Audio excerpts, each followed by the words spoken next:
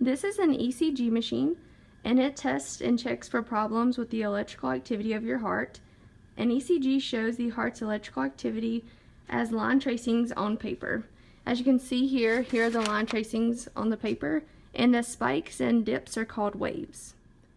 This is an ECG machine. To perform an ECG, you start by getting these alcohol pads and rubbing them on the patient's chest until it is red. And then you put these electrodes on the spot.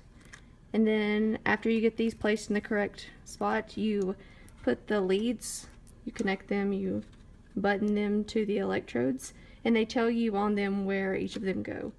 To perform an ECG, you need 10 electrodes, 12 leads, alcohol pads, a patient, a table for a patient to lay supine on, and then the patient's consent. Hello, Parker. Today we're going to do an EKG. Do I have your permission to do one?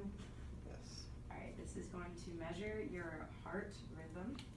To start out with, I'm going to rub some alcohol on your chest just to clean it and prepare it, so I can put some electrodes on you. Attached to the electrodes are going to be some leads, and that's what's going to measure the electrical activity.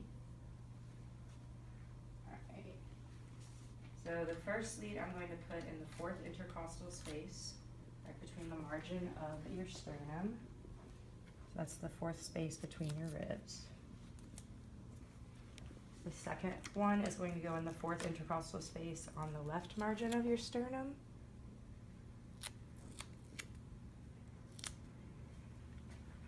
We're going to place the fourth one before the third one in the fifth intercostal space.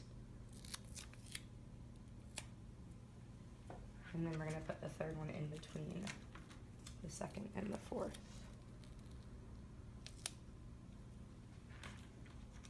The fifth is going to go adjacent to that last one that I'd placed. And then we've got one more right below your axillary.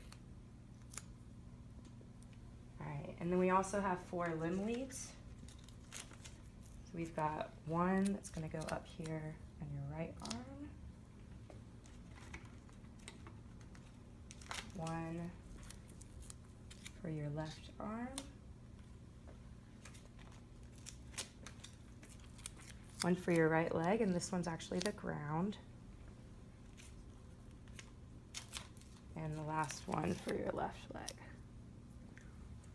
Now we're going to attach the leads to the electrodes. They say on them which one they go to. So this one goes to V1. This one is V5. They're very tangled, so you know, that just adds to the fun of the procedure.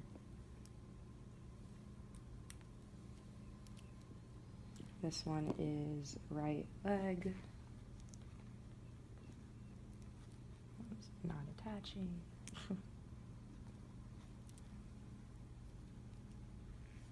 V3,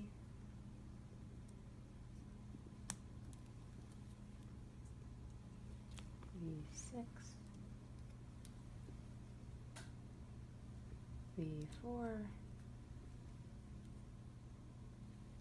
right arm,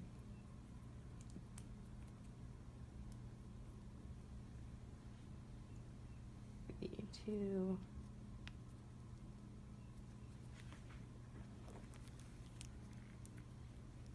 left leg,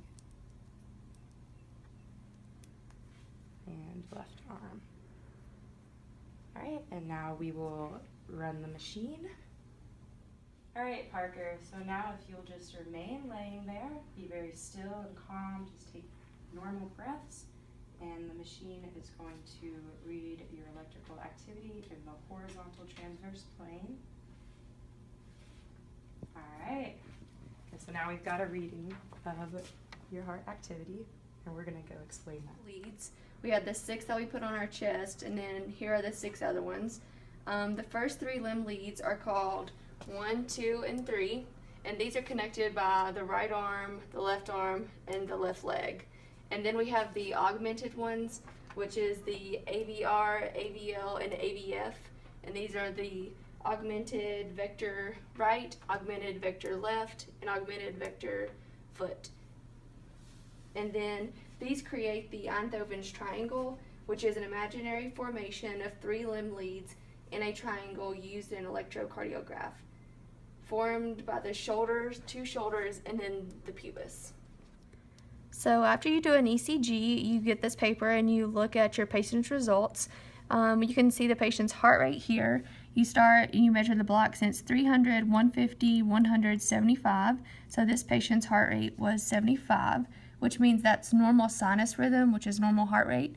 If the patient had heart rate over 100, it's called tachycardia, and these boxes, the QRS complex, would be closer together. There'd be less boxes in between them. And then if it was brachycardia, the heart rate would be under 60, and these would be further apart. So the spikes, the QRS complexes, would be further apart. And you would expect the V5 and V6 to be larger than the rest of them, since they're on the left side and the left ventricle pumps with more force than the right side.